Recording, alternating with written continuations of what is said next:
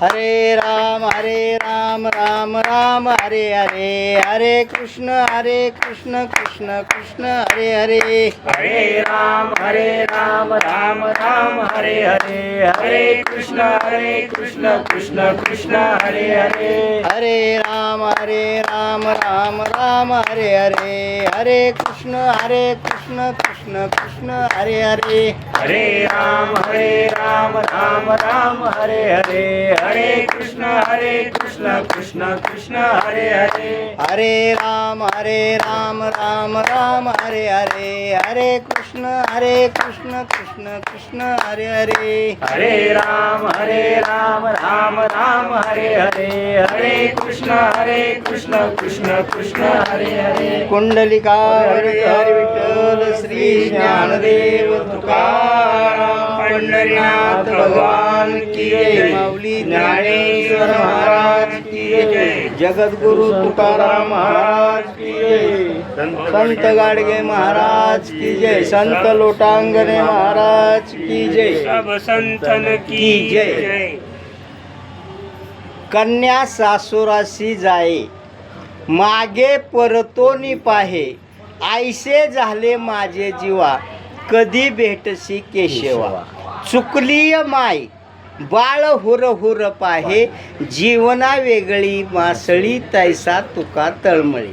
प्रस्तुत प्राप्त प्रसंगी सेवेकरता घेतलेला अभंग देहू निवासी श्रीमंत संत जगद्गुरू जगदवंदनीय महाराष्ट्राचं भूषण, पुणे जिल्ह्याचं वैभव असे असणारे वैराग्याचे महामेरू महान संत, की त्या संता एवढे संत श्रेष्ठ कोणतेही संत नाहीत, अशा प्रकारचं वैराग्य महापुरुष संत तुकाराम महाराज यांचा मनुष्य नरदेहाची माहिती सांगणारा अभंग सेवेसाठी घेतलेला आहे। या अभंगामध्ये या अभंगाचा सरळ भावार्थ आहे, कन्या सासुराशी जाई, मुलगी ज्यावेळी नांदायला माहेरी जाते त्यावेळी ती माघारी वळून पाहते। तसं तुकोबराया भगवंताच्या ओढीसाठी 3 आणि 4 प्रमाण देतात, की पहिलं प्रमाण कोणतं, की कन्या सासुराशी जाये मागे परतोनी पाहे, आईशे झाले माझे जीवा, म्हणजे ज्या मुलीची अवस्था होती ती अवस्था तुकोबरायांची या ठिकाणी झालेली। मग दुसरं चरण काय, आईशे झाले माझे जीवा, कधी भेटशी केशवा। चुकली माय, एखाद्या यात्रेमध्ये आईची आणि लेकरांची जर चुकामुक झाली, ताटातूट झाली, तर त्या लेकराला कोणताही पदार्थ हातात घेऊन द्या, त्याचं लक्ष त्या पदार्थाकडं नसतं, कोणत्या खेळण्याकडं नसतं, त्याला फक्त एकच त्याच्या चित्तामध्ये असते, ती त्याची आई असते, आणि आईच्या चित्तामध्ये काय असतं तर तिचं लेकरू असतं। ह्या दुसरं प्रमाण दाखवलं। आणि चुकली माय बाळ हुर पोहर पाहे, जीवना वेगळी मासळी, म्हणजे मासा ज्यावेळी पाण्यामध्ये असतो त्यावेळी तो सुरक्षित असतो, पण तो पाण्याच्या बाहेर ज्यावेळी पडतो त्यावेळी त्याची तडफड असते। ती तडफड आणि तुकोबरायाची तडफड ही एकसारखी झालेली, म्हणून तुकोबराया म्हणतात की जीवना वेगळी मासळी, म्हणजे पाण्यातून मासळी ज्यावेळी बाहेर काढली जाते त्यावेळी त्या मासळीची जशी अवस्था होती ती अवस्था या ठिकाणी अभंगाच्या माध्यमातून संत तुकोबरायांनी भगवंताच्या ओढीसाठी, भगवंताच्या प्रेमासाठी, भगवंताच्या आस लागलेल्यासाठी या ठिकाणचा अभंग सेवेसाठी निवडलेला आहे। अभंग अत्यंत साधा सोपा सुटसुटीत आहे, याच्यामध्ये जास्त अभंगाच्या बाहेर जायची आपल्याला गरज नाही। आपण सगळी आध्यात्मिक पारमार्थिक मंडळी आणि तुम्ही सगळी 3-4 मंडळी प्रवचन करणारी मंडळी, म्हणजे आणि प्रवचन करत असताना कोणताही एक अभंग आपण सेवेला घेतला त्याच्यावरच चिंतन करायचं। आता तुम्ही ज्ञानोबरायांच्या अभंग ओवीवर चिंतन करता किंवा रामदास स्वामींच्या अभंगावरती चिंतन करता, ती मार्ग सगळे एकच। कोण पुण्यातून जाते सासवडला तर कोण इंदापूरवरनं सासवडला येते, आध्यात्मिक चिंतनाचे मार्ग सगळे एकच आहेत आणि एकाच आईच्या पकाखाली आपण किंवा पंखाखाली आपण सगळा संप्रदाय भगवंत ज्ञानोबरायाचा, तुकोबरायाचा, पांडुरंग परमात्म्याचा हा सगळा एकच आहे। मग या ठिकाणच्या सेवेसाठी घेतलेला अभंग जगद्गुरू जगदवंदनीय महाराष्ट्राचं भूषण संत तुकाराम महाराज यांचा मनुष्य निर्देहाची माहिती सांगणारा अभंग तुकोबरायांना आयुष्यामध्ये अत्यंत कठीण परिस्थितीला सामोरं जावं लागलं, कारण तुकोबरायाचं आयुष्य 41 वर्षे 1 महिना आणि 17 दिवसाचं आयुष्य. मोरे घराण्यामध्ये त्यांच्याकडं त्या भागातल्या परगण्याची जहागिरी होती आणि तुकोबरायाकडं किराणा मालाचा व्यवसाय होता. तुकोबराया मावळात जायचे मिरच्याचा व्यापार करण्यासाठी आणि तिथून त्या मिरच्या तिथं विकायचे आणि येताना तिकडनं मीठ आणायचे. अशा प्रकारचा दुहेरी व्यापार हा तुकोबरायाचा चालायचा. हा व्यापार करत असताना गावामध्ये अनेक प्रकारच्या लोकांनी त्रास दिला आणि तो त्रास देत असताना सुद्धा त्या संकटावरती मात करण्याचं काम केलं. एवढा त्रास दिला की तुकोबरायांना गाढवावर बसून काळं लावलं आणि सगळ्या गावाने त्यांच्यावर चिखल मारला. ज्यावेळी त्यांची वरात त्यांच्या घराच्या जवळ आली त्यावेळी त्यांनी गाढवाने ती माणसं थांबवली आणि बायकोला हाक मारली की आवले म्हणले, बघ की माझी कसली म्हणजे सोहळा काढलाय लोकांनी की माझ्या लग्नात सुद्धा नव्हतं, इतकी माझी आज म्हणजे माझा उत्सव मोठा केला आहे. म्हणजे तुकोबरायांना आपला कोण अपमान करतंय, आपली कोण स्तुती करतंय, अगदी परमार्थाच्या परमोच्च वरच्या पदापर्यंत पोचलेले तुकोबराय होते. त्यामुळं त्यांना कोणी नावं ठेवली काय, कोणी येडा तुक्या म्हणलं काय, टाळकुट्या म्हणलं काय, त्यांनी कधी समाजाचा विचार केला नाही. समाजात आपण वागत असताना कुणी आता प्रत्येकाला नावं ठेवणारा समाज आहे. पकवाज वाजवताना पकवाजाच्या दोन्ही धूम आणि शायपूड कोण कुठली बाजू ठोकल त्याचा समाज कधी विचार करत नाही. समाजाचा विचार करून परमार्थ कधी होत नाही. आणि मग आपण आपल्या अभंगाकडे विचार करू की कन्या सासुराशी जाई तर मागे वर परतोनी पाहे आयसे झाले माझे जीवा कधी भेटशी गे शेवा. तुकोबरायांनी परमार्थ करत असताना पहिली गाथा लिहिण्याचं काम तुकोबरायांनी जुन्नरवरनं कागद घोटीव कागद आणला आणि तुकोबरायांचे लेखक संताजी महाराज जगनाळे त्या ठिकाणच्या परिसरातले लेखक म्हणून होते. आणि तुकोबरायांनी ज्यावेळी गाथा लिहिला त्या घोटीव कागदाचा, त्याचबरोबर जगनाळे महाराजांना सुद्धा एक प्रतीचा गाथा तुकोबरायांनी कागदाचा तयार करायला लावला.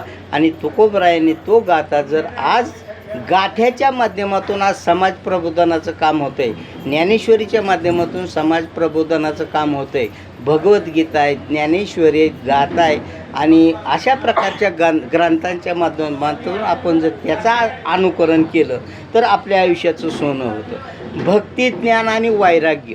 भक्ती जर केली तर आपण कुणाचं तरी आहे म्हणून त्याची भक्ती करतो.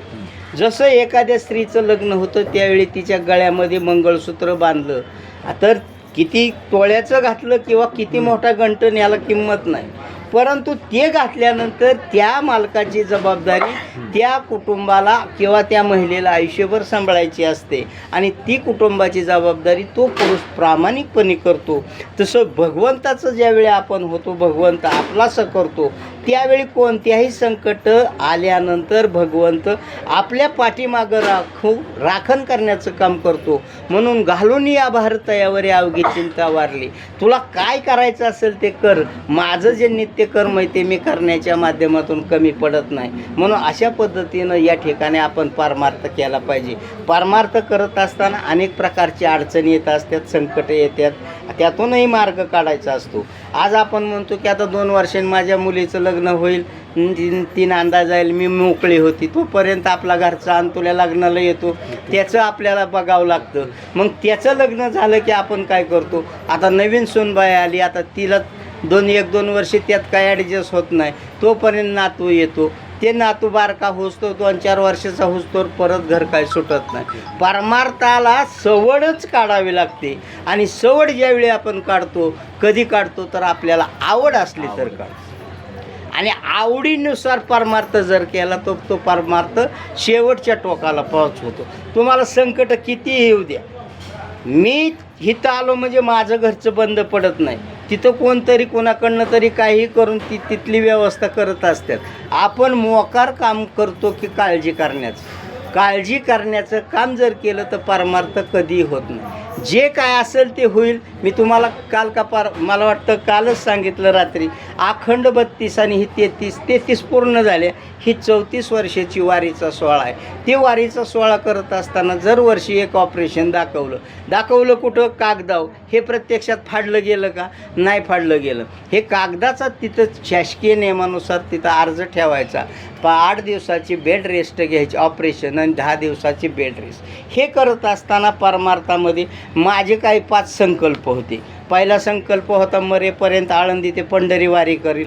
दुसरा संकल्प होता की प्रवचन करल. तिसरा संकल्प होता गावात सप्ताह चालू करल. आणि चौथा संकल्प होता की मरेपर्यंत अन्नदानाची पंगत जे आहे पंढरपूरची ती कायम मी जिवंत आहे तोपर्यंत चालू ठेवील. आणि 5वा संकल्प होता माझा की या देहावर जोपर्यंत आपला अधिकार आहे त्या अधिकारातून उतराई होण्यासाठी शेवटची कीर्तनरूपी सेवा घडावी. आणि माझा तो संकल्पसुद्धा मी गेल्या वर्षी 5 कीर्तन सेवा करून पूर्ण केला. म्हणजे परमार्थ करायचा तर अगदी एखाद्या बाईला जरी नवरा खाटाळ भेटला तर ती आईबापाच्या नावासाठी आणि कुंकासाठी त्या घराण्याची इज्जत राखते. तसा परमार्थामध्ये कितीही अडचणी येऊ द्या, तो मनसोक्त करायचा, मनापासून करायचा. आणि जर तुम्हाला कुठलं संकट आलं तर म्हणेल ते ऐकल. तुमच्या पारमार्थिक जीवनामध्ये जेवढं तुम्ही उपभोग आनंदाचा ज्ञानाचा उपभोग घ्याचाल तेवढी प्रगती तुमच्या परमार्थाच्या माध्यमातून तुमच्या कुटुंबाच्या अनेक प्रकारच्या व्यवसायामध्ये, कोणाचा दुधाचा व्यवसाय असेल, कोणाचा शेळीपालन असेल, कोणाचा शेती व्यवसाय असेल, त्यामध्ये भरभराट करण्याचं काम तो भगवंत करत असतो. आणि अशा पद्धतीचा हा अभंग आपण बारीक विचार जर केला, परमार्थामध्ये यायचं म्हणजे नेमकं काय करायचं. आपण ज्याचं होतो ना आपण ज्याच्यासाठी करायचं आहे ते करत असताना आपण आपल्या देहावरती पहिली तुळशीची पवित्र माळ ठेवली पाहिजे. आपण परमार्थ केला, अखंड 10-15 वर्षी वारीक सोहळा केला, पण आपण आपल्या देहावर जर तुळशीपत्र ठेवलं नाही तर मुंगळा जसा झाडावर जातो आणि शेंडा संपला की खाली येतो आणि परत बुडका आला की बुडका संपला की शेंड्याला जातो. म्हणजे परमार्थ केला तो पदरामध्ये कसलाही पडत नाही. आणि जर हा सगळा परमार्थ पदरात पाडायचा असेल, त्या पुण्याच्या उतराईपर्यंत पोचायचं असेल तर देहावरती तुळशी पात्र ठेवलं पाहिजे, कपाळाला गंध लावला पाहिजे. एवढं मोठं कपाळ भगवंताने दिलं. मी मगाशी सांगून गेलो, हे काय मिरच्या लावायला आहे का? ही कांदा लावायला नाही, मिरच्या लावायला नाही, कशाला नाही. हे गंध आहे. ह्या गंधाचं याच्या गंधावरती एक तुम्हाला सुंदर मार्मिक उदाहरण देतो.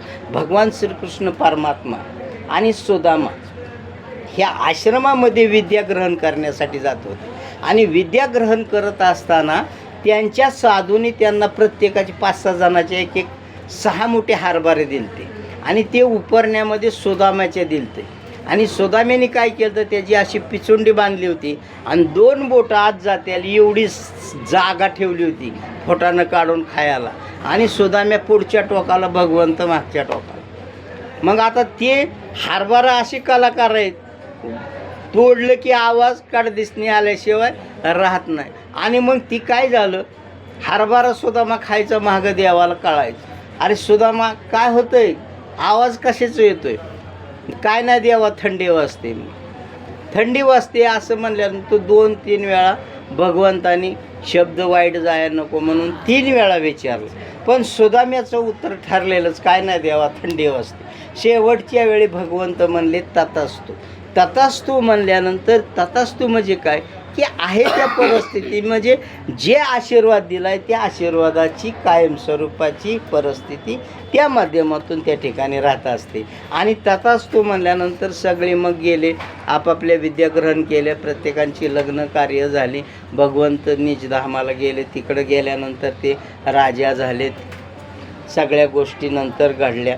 आणि मग असंच एके दिवशी असं झालं, सुदाम्याचं 18 दारिद्र्य, गुडघ्यापर्यंत धोतर आलेलं वरती, कोपरी असायची आणि पंच्या खांद्यावर असायचा. अपंग असणारा सुदाम्या, भगवंताबरोबर सुदामा पेंद्या, बोबड्या, वाकड्या अनेक सवंगडी होते. आणि त्या राम अवतारामध्ये जसे सवंगडी होते, हनुमान, मारुतराय, राम, लक्ष्मण, सीता, तेच सवंगडी आज वारकरी संप्रदायामध्ये हीच परंपरा पुढे आलेली की हे ज्या कुणाच्याही नशिबामध्ये नसतं, हे संप्रदायामध्ये जे असतंय ना त्या मागच्याच आणि पिढ्या परंपरांचा वारसा आहे आणि हे वारसा जर आपल्याला टिकवायचा असेल तर या देहावरती पवित्र अशा प्रकारची तुळशीची माळ असावी. तुम्ही जरी महिला मंडळी असला ना तर गंध लावायला काहीच अडचण नाही. सकाळीच माझ्या लक्षात आलं तर आम्ही 4 जण गंध लावताना तुमच्याकडे द्यावं, पण म्हणलं तुम्ही लावताय का नाही म्हणून मी गप्प बसलो. गंध हे अत्यंत सौभाग्याच्या लक्षणापेक्षा अत्यंत उत्तम आहे. आणि त्यानंतर अशा प्रकारे सुदाम्याचं आणि बायकोचं एक दिवशी कडाक्याचं भांडण घरामध्ये झालं. 2-4 लेकरं, 18-20 दारिद्र्य, खायला काय नाही, चूल काय पेटाना. आणि मग सुदाम्याची बायको म्हणली नुसतं दोस्त मोठा आहे, दोस्त मोठा आहे म्हणून सांगता. आता हे सांगितलेलं माझा दोस्त भगवान श्रीकृष्ण परमात्मा आहे. मग ती बायको म्हणली एक दिवशी लय दोस्ताचा आवा आणता म्हणली जावा बरं दोस्ताकडं बघू काय देतोय. गेल्यानंतर दोस्ताकडं सुदाम्याला भगवंताला भेट देण्यासाठी तुझं काय नव्हतं, इतकी गरिबी होती.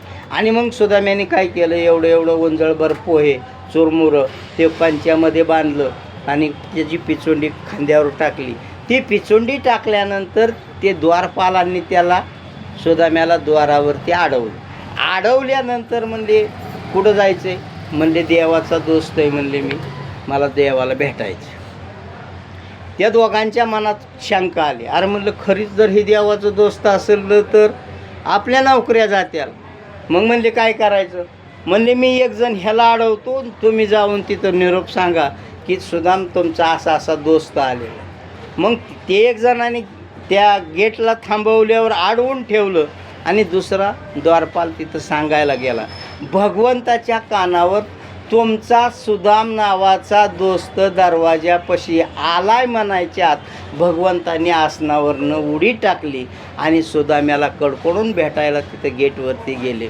3 दिवस ठेवलं, यथोच्च पाहुणचार केला, सुंदर अशा प्रकारची कपडे घातली आणि कपडे घालताना ज्या ठिकाणी जे अंगठा होता, जिथं लक्ष्मीचा क्षय झालता, क्षय म्हणजे नाश झालता, तिथं यक्ष केला आणि अंगठा उलटा फिरवल्याबरोबर सुदाम्याची नगरी सोन्याची झाली. अशा प्रकारे भगवंत हे कार्य करत असतो म्हणून कपाळाला नेहमी गंध असावा, गंधाचं इतकं महत्त्व आहे. आता हे करत असताना आपल्याला दैनंदिन जीवनामध्ये अनेक प्रकारची संप्रदाय समाजामध्ये, कोणता समाजामध्ये किती संप्रदाय मोठा ह्याच्याकडं बघायचं. आपला तो एक देव करून घ्या. आपला भगवंत आहे ना पंढरीचा पांडुरंग परमात्मा, जीवाच्या पलीकडे त्याच्यावर प्रेम करा. तुमच्या कुठल्याही संकटाला तो खंबीर, कोटे गुंतलाशी द्वारकेच्या राया, वेळ का लावेला सकया. भगवान द्रौपदीसाठी द्वारकेला गेले आणि महागारी आले आणि परत तिची सुटका करण्याचं काम केलं. आणि अशा प्रकारचं चिंतन भगवंताच्या माध्यमातून केलं पाहिजे. परमार्थ जीवापासून ईर्ष्येने मस्त करा.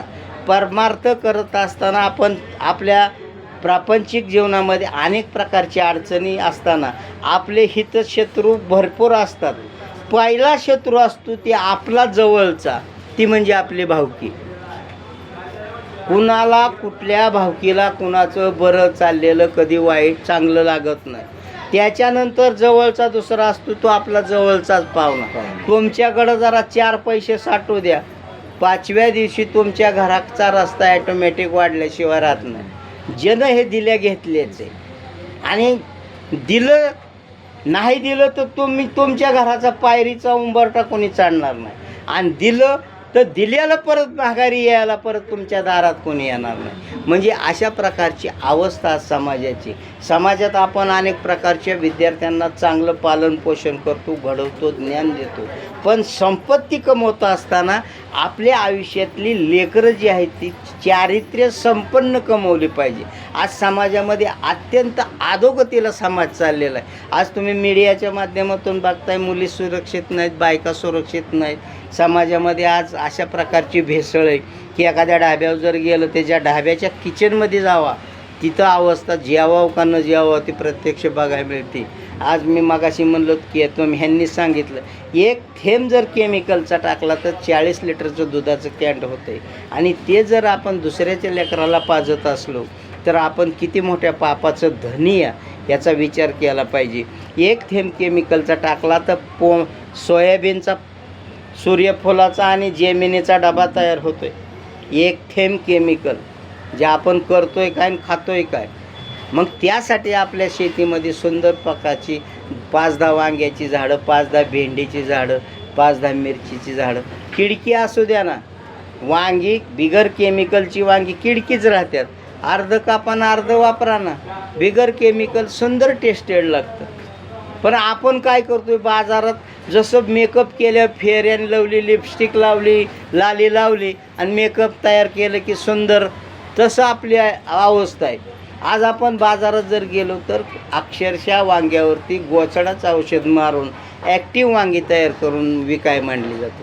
आणि आपण काय करतोय, बारकं वांगं घेतोय छोटं, आणि ते वांगं आपण तयार करतोय. पण ती करत असताना त्यामध्ये अगोदरच्या रात्री केमिकल मारलं जातं. त्यावेळी ते केमिकल 24 तासाच्या आत त्या वांग्यापर्यंत आत जातं आणि सकाळी ते केमिकल आपल्या पोटात जातं. म्हणजे आपण विष खातोय. कोथिंबीर एवढीच असू द्या, त्याच्यावर एक दारूचा स्प्रे मारा, ती पांढरी दारू बारक्या बाटलीत मिळते ती टँगोमधली, तुमची कोथिंबीर रात्री ती एवढी होती. म्हणजे आपण नेमकं खातो काय, आपण करतो काय. आपल्या कुटुंबाचं नियोजन आपल्या कुटुंबापुरतं आपण घरी केलं पाहिजे आणि अशा प्रकारचं नियोजन करा. आणि जीवनामध्ये परमार्थ करताना मुलांवरती योग्य संस्कार करा. लेख कुणाची बी आणा, समाज कुणाची म्हणजे आपल्या नात्यातली आणा, आपल्या मुलीसारखीच तिच्यावर प्रेम करा. कारण आता ती कुणाची आणा म्हणल्यामुळं आता ते फॅडच झालं आहे समाजात. आत्ता इंटरकास्ट मॅरेज जवळजवळ 30 ते 40% झालेलं आहे. परंतु ते आता आपण सगळे ग्रामीण भागात आहे आणि या पद्धतीला आपला पूर्ण सगळ्यांचा विरोध राहतो की नंतर समाज आपल्याला थोडंसं वेगळ्या पद्धतीनं वेगळ्या नजरेने बघतो. आणि त्या गोष्टी न करण्यापेक्षा आपल्या पाहुण्यातली करा, गरिबाची करा, मुलगी सुंदर करा आणि मुलगी सुसंस्कारित करा की आपला अख्खा प्रपंच तिच्या ताब्यात द्यायचा आहे आणि तो ताब्यात देऊन तिने तो पुढं वाढवायचा आहे, मोठा करायचा आहे. आणि जर अशी तशी जर केली तर आपल्या हाडाची काढं करून केलेली संपत्ती तिचं वजवाटोळ झाल्याशिवाय राहत नाही. अशा प्रकारे या ठिकाणी आपल्याला जीवनात परमार्थ करणं अत्यंत महत्त्वाचं आहे. आपण कंटाळा जरी आलं तरीसुद्धा किंवा आजारी पडलो तरीसुद्धा एखादी गोळी घेतो, झेंडूबाम लावतो आणि आपल्या कामाला लागतो. तसंसुद्धा ही तितक्याच पद्धतीचा परमार्थ ही गरजेचं आहे. आणि आज आपण म्हणतो की काय खरं काय खोटं. आज ज्ञानोबरायांचं तुम्ही मला वाटतं काल रात्रीच कोणतरी सांगितलं साक्षात दृष्टांत. 4 पुलाव पाणी असतानासुद्धा अक्षरशः ज्ञानोबराया महाराष्ट्राचा मुख्यमंत्री टेन्शनमध्ये होता पालख्या आणायच्या कशा. परंतु त्या पालख्या आणायच्या आणि ती पूर्णत्वाला न्यायचं काम ज्ञानोबरायांनी केलं. सकाळ माझा ज्ञानेश्वर महाविष्णूचा अवतार म्हणजे विष्णूच्या अवताराची ज्ञानोबरायांची माऊली आणि त्या माऊलीच्या सोहळ्यात आपण चालतोय. आपलं परमभाग्य आहे. आपला देह त्या भगवंताच्या चरणी लीन झाला हीच आपल्या आईवडिलाची आपली पुण्य आहे. आणि मग कन्या सासुराशी जाये मागे परतोनी पाहे आयसे झाले माझे जीवा. तुकाराम महाराज म्हणतात की परमार्थ करताना ही माझी पहिली अवस्था झाली. आता तुकोबरायाची जहागिरीचा जर विचार केला तर 465 कोटीची जहागिरी तुकोबरायांकडे होती. त्या काळातली म्हणजे 450 वर्षापूर्वीची 465 कोटीची जहागिरी.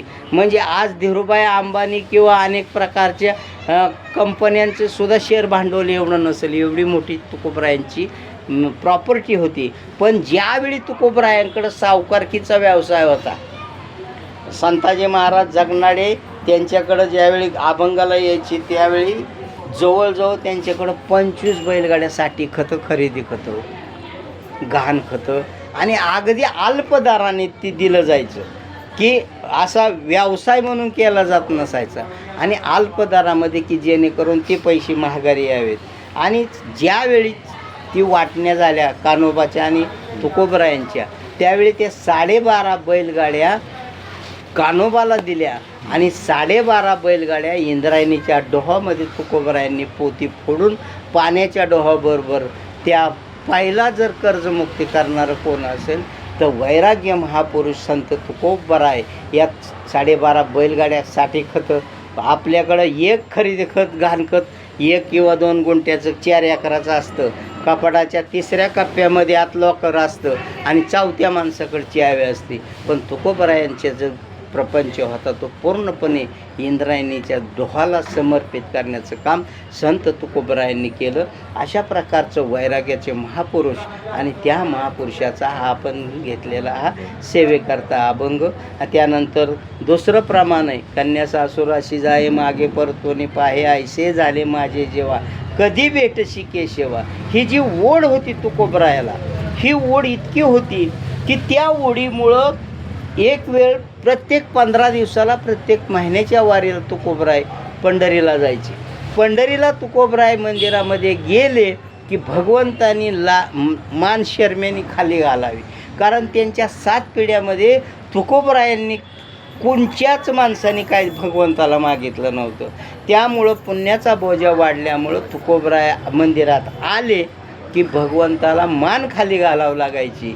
आणि हे काम पांडुरंग परमात्मेने रुक्मिणी आईसाहेबांना सांगितलं की तुकोबराय मंदिरात आले की मला मान खाली घालावं लागते, तू असं काम कर की तू पण देहूला जा आणि जिजाबाईच्या कानात सांग की आता पुढच्या वारीला ज्यावेळी तुकोबराय येतील त्या तुकोबरायांबरोबर मला वारीला घेऊन चला म्हणून सांगा. आणि हे काम रुक्मिणी आईसाहेबांनी जिजाबाईला सांगितलं आणि जिजाबाईने हात धरला की तुकोबरायांच्या बरोबर मलासुद्धा तुमच्याबरोबर वारीला यायचं आहे. आता वारीला यायचं आहे म्हणल्यावर काय केल्याने ऐकाना म्हणल्यावर शेवटी चल म्हणले. गेल्यानंतर आता तुकोबराया रावळात आहेत तोपर्यंत जिजाबाई तुकोबराय मंदिरात येतात तर जिजाबाई पाया पडून मागून येडा घालून बसल्यात. मग तुकोबराय मंदिरात जर गेले तर भगवंतानी मान ताट केली, म्हणले काहीतरी कार्यक्रम झालेला. कार्यक्रम झालाय म्हणल्यावर तुकोबरायांनी भगवंताचं दर्शन घेतलं आणि म्हणजे मंदिराला प्रदक्षिणा मारली आणि रावळात येऊन बसल्यानंतर काय झालं, ती जिजाबाई तिकडं तुकोबराय इकडं. जिजे म्हणले आवले इकडे ये ग. प्रेमाने जिजाबाईला आवली म्हणायची तुकोबराय. अलीकडं बोलवलं म्हणजे काय मागितलं का देवाला? नाही बाया म्हणली मी कशाला काय मागू, प्रपंचातलं नाही म्हणली काय मागितलं. म्हणली काळणा कोंडा काहीतरी देवा पादरात टाका म्हणून मागितलं. म्हणजे लेकरू बाळ काहीतरी द्या म्हणून ती मागणी मागितली. त्याच्यामुळं तो म्हणले मालकाने मान सरळ केली. म्हणजे अशा प्रकारचा परमार्थ तुकोबरायाला. आता आपण ज्यावेळी एखादं म्हणजे बाया माणसाचीच काय किंवा आपली पुरुषांची काय सगळ्यांची अवस्था तीच असते. आपण काय करतो, एखाद्या देवाला नवस करतो, निवड नारळ फोडतो, पेढा वाटतो. पण ज्यावेळी आपण त्याला मागितलेलं त्याला कळतं, बरोबर आहे. मग न मागता त्याला ह्याला काही कमी ती कळत नाही का? ते पण कळत असेल का नाही भगवंताला? मग त्याच्यासाठी भगवंताला कधीही काय मागायचं त्याला कळतं. ह्याच्या प्रपंचात काय आहे, ह्याच्या पोराला कुठल्या साईटला लावायचं आहे, पोरीला नवरदेव कसला पाहिजे, जागा कसली मिळली पाहिजे, सगळं जुळवून आणण्याचं काम भगवंत करत असतो. फक्त आपण मात्र त्याचं मान खाली जाईल असं करायचं नाही, आपली बी मान खाली घालवायची नाही आणि भगवंताची मान खाली घालायची नाही. परमार्थ करायचा, मन लावून जीव तोडून परमार्थ करायचा. आणि तो करत असताना जसा प्रपंच आपण अत्यंत मनापासून करतो तसा परमार्थसुद्धा मनापासून करायचा. आणि तुम्हाला सांगायचं म्हणलं तर हे साहित्य माझ्याकडे जवळजवळ 30 ते 35 हजार रुपये साहित्य. मी तुम्हाला कोणाला तरी सांगितलं की काल परमार्थी शतकोटी भाग 1 आणि भाग 2 अत्यंत आणि रेडीमेड प्रवचनाची सुद्धा पुस्तकं ह्याला पंढरपूरला भेटतात. हे तुमचं ज्यावेळी अवांतर वाचन वाढेल त्यावेळी तुमचं सुद्धा बोलण्याची स्टेज. आता आमचं आयुष्य 33 वर्ष 27-28 वर्ष टीचिंगमध्ये गेलं. हजारो पोरांमुळे शिकवायची सवय लागली आम्हाला. त्याचं काय आमची भीती ती मरून गेलेली. आम्हाला किती माणसं पुढे आहेत त्याचं कधी वाटत नाही. 10 जरी असले सोनाराच्या दुकानात बघा गिराईक कमी असतंय, दारूच्या दुकानात गर्दी असते. 10 रुपयाची द्या, 20 रुपये द्या, 50 रुपये द्या. गर्दी इकडं जास्त आहे आणि सोनाराच्या दुकानात 1 ग्रॅम द्या किंवा 1 तोळा द्या, धंदा संध्याकाळी कोणाचा आहे? सोनाराचा जास्त आहे, दारूवाल्याचं कमी. तसं परमार्थामध्ये ज्ञानी आणि थोडकी लोक असू दे, त्याच्यावरती जर परिणाम झाला, प्रवचनाला माणसं किती हे किमतीचं नाही, ते अनुकरण करणारे आणि मार्गाला लागणारे किती हे महत्त्वाचं आहे. आणि याच्यामध्ये मला वाटतं आजच्या आपल्यात संख्या बरीच 50% सुद्धा संख्या नाही, कारण मोठा ग्रुप होता, आज कमी लोक आहेत.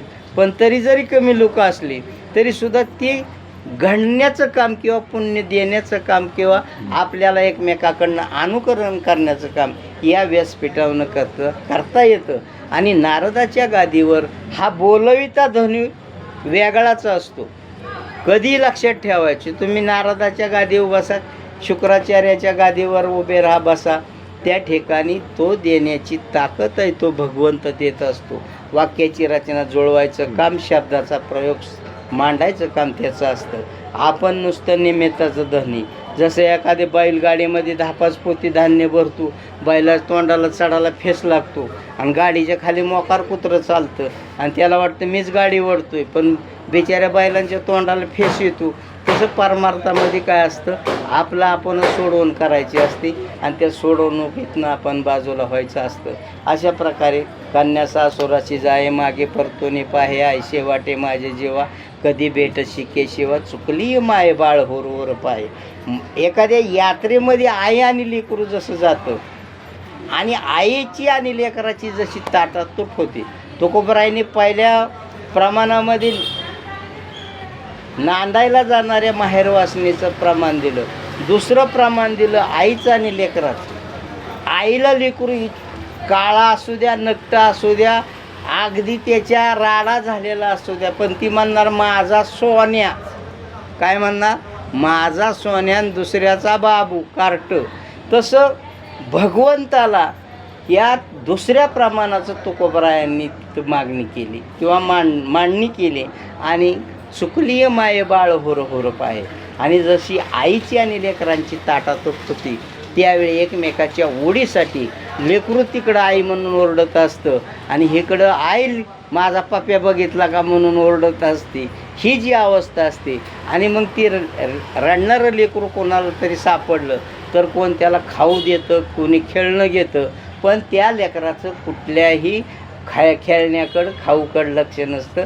त्याचं एकच लक्ष असतं की माझी आई कधी भेटल आणि ती मला कधी बघायला मिळेल आणि मी तिला कधी कडकडून मिठी मारल. अशी तुकोबरायांच्या दुसऱ्या अभंगाच्या प्रमाणातून या ठिकाणी तुकोबरायांनी प्रमाण दिलं आहे. आणि तिसरं प्रमाण आहे ती जीवना वेगळी मासळी. आपला जीव भगवंत एकरूप होण्यासाठी तुकोबरायांनी तिसरं प्रमाण दिलं की जीवना वेगळी मासळी. माशाचं आणि पाण्याचं एक जीव एक संघ राहतो. जसं काही जलचर भूचर असतात ती जमिनीवर चालतात, काही जलचर पाण्यामध्ये राहतात. आणि ही मासा ही पाण्यातली प्राणी आणि त्याचं पाण्याचं आणि त्याचं एक संघ नातं असतं. आणि जर त्या एखाद्या मासा धरणाराने तो मासा पाण्याच्या बाहेर टाकला किंवा काढला तर तो मासा तडफडतो आणि मासा तडफडल्यानंतर त्या माशाची अवस्था पाण्यापासून लांब गेल्यानंतर काय होती.